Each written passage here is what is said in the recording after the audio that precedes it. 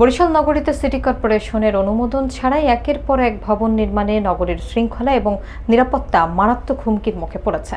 নিয়ম নীতি উপেক্ষা করে অবৈধ নির্মাণ কাজ চললেও কার্যকর নজরদারির অভাবে তা থামানো যাচ্ছে না। এতে একদিকে সরকার হারাচ্ছে রাজস্ব, অন্যদিকে বাড়ছে দুর্ঘটনা এবং প্রাণহানির ঝুঁকি। বিষয়টি নিয়ে উদ্বেগ প্রকাশ করছেন সচেতন মহল। বিস্তারিত দেখুন ডেস্ক রিপোর্টে। বরিশাল নগরীতে অপরিকল্পিত এবং অনুমোদনহীন ভবন নির্মাণ কার্যক্রম উদ্বেগজনক হারে বাড়ছে। সিটি কর্পোরেশনের নকশা এবং প্ল্যান অনুমোদন ছাড়াই গড়ে উঠেছে বহুতল ভবন, যা নগরীর দীর্ঘমেয়াদী উন্নয়ন, পরিবেশ ও নাগরিক নিরাপত্তার জন্য বড় হুমকি হিসেবে দেখা দিয়েছে।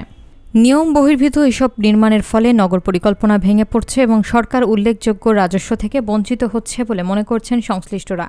নগরীর ২৫ নম্বর ওয়ার্ডের আদর্শ সড়কের হিরণ মিয়ার বালির মাঠ এলাকায় একটি পরিবার সংঘবদ্ধ চক্রের ছত্রছায়ায় অবৈধভাবে ভবন নির্মাণ চালিয়ে আসছে বলে অভিযোগ ওঠে। তথ্য সংগ্রহে সংবাদকর্মীরা সেখানে গেলে ভবন মালিকের পরিবারের পক্ষ থেকে বাধা ও উত্তেজনাকর পরিস্থিতির সৃষ্টি হয় বলে জানা গেছে। পরে সিটি কর্পোরেশনের দায়িত্বশীলরা ঘটনাস্থলে গিয়ে নির্মাণের অনুমোদনপত্র দেখতে চাইলে তা দেখাতে ব্যর্থ হন সংশ্লিষ্টরা।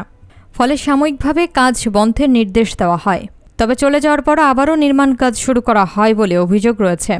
অনুসন্ধানে জানা যায়, বরিশাল নগরের ৩০টি ওয়ার্ডে প্রতিনিয়ত গড়ে উঠছে অসংখ্য ভবন, যার অধিকাংশেরই নেই বৈধ অনুমোদন। কোথাও অনুমোদন থাকলেও পরবর্তীতে ছাদের উপর অতিরিক্ত তলা নির্মাণ করা হচ্ছে। পর্যাপ্ত মনিটরিং এবং তদারকির অভাবে নিয়ম মানা হচ্ছে না, ফলে ভবন হেলে পড়া বা ধসে পড়ার ঘটনাও ঘটছে।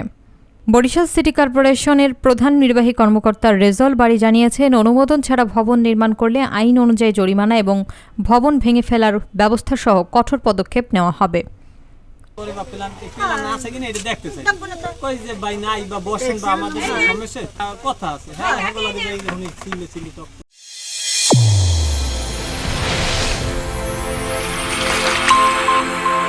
চ্যানেল A1 হৃদয়ের স্পন্দন।